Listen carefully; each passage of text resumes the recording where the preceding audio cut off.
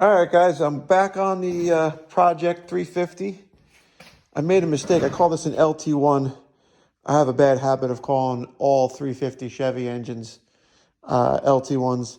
This is not an LT1. It didn't come in a Corvette. It doesn't have the distributor on the timing cover. It's a standard 1970s 010 Chevy small block 350. Now, look what I found on this engine.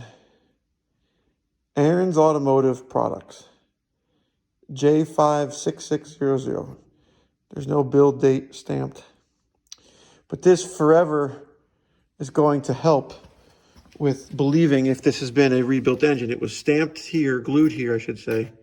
So somebody's been through this block since the factory. It's obviously got chrome valve covers, chrome oil pan, chrome timing chain cover. The intake was not painted. It's an aluminum intake. And I'm not seeing any paint as I'm going with this, cleaning this. I'm not seeing any like black paint that's flaking off. It's grease, it looks like. It doesn't look like there's anything. I mean, I could be wrong. It might just be a really good quality paint. But I've been hitting it with the Napa engine degreaser and scrubbing, and then hitting it with a little bit of brake clean to get it out of there. The let's see if I get a flashlight in here. You can see that there's some carbon on the exhaust side of the manifolds here. I took them off. Every bolt came off, no problems. And then the mount came off. Have you guys ever seen a mount like this? It's a, what do they call them, a clamshell mount, I guess. There's a piece of rubber that goes here. It stays on the cross member side of the engine. And this stays with the engine. This stays on the cross member side of the car, I should say.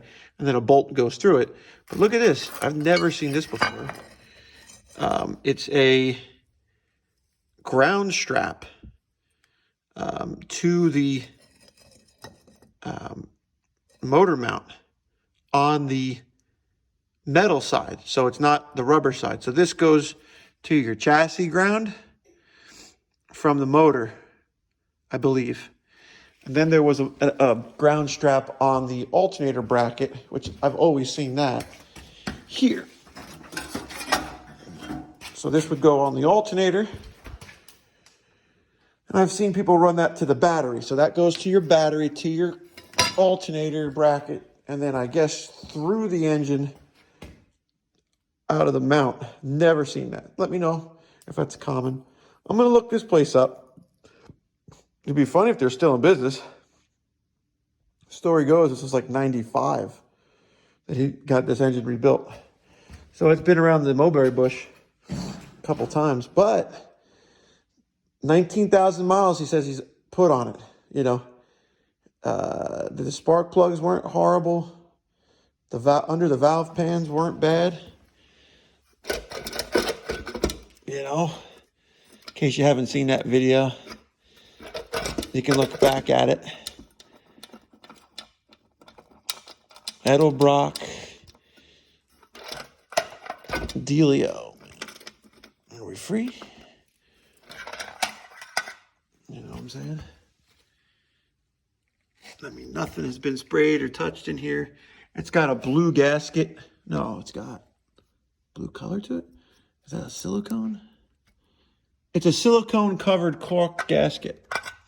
So cork gasket, silicone covered deal. Fram oil filter.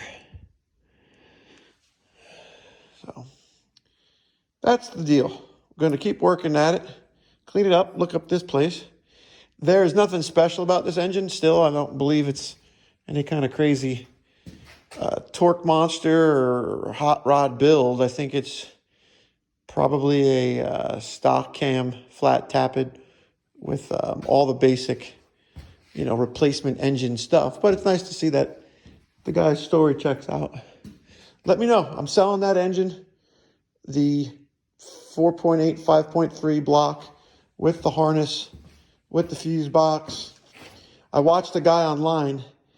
he basically said, clip every clip to wherever it goes on this engine and backtrack after you cut out all your wire loom and your tapes and everything, and backtrack each sensor that you don't need back to the computer harness.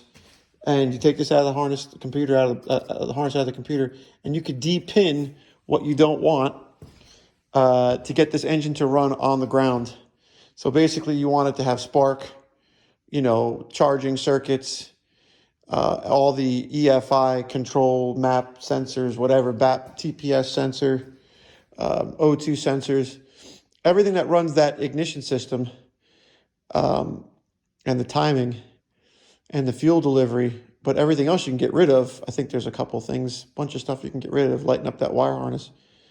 And you could put that in a new Chevy truck, or, I mean, not new, but an older new Chevy truck, or a square body or a hot rod or something. I think I'm going to keep going after this and buy some maybe dress up pieces or clean up what's there.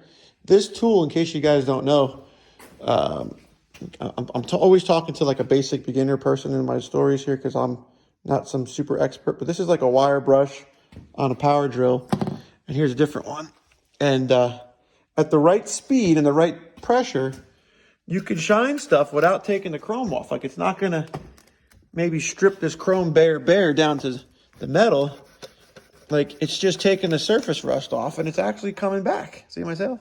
Like over here, it's like ugly, right? It's knocking all that haze and stuff down. And I bet you dollars to donuts, I could just reuse this valve cover. Why not? Come on. I mean, I don't know if I'm going to get rid of that. That might take a couple more lessons in prayer. But peace be with you. Give me a shout.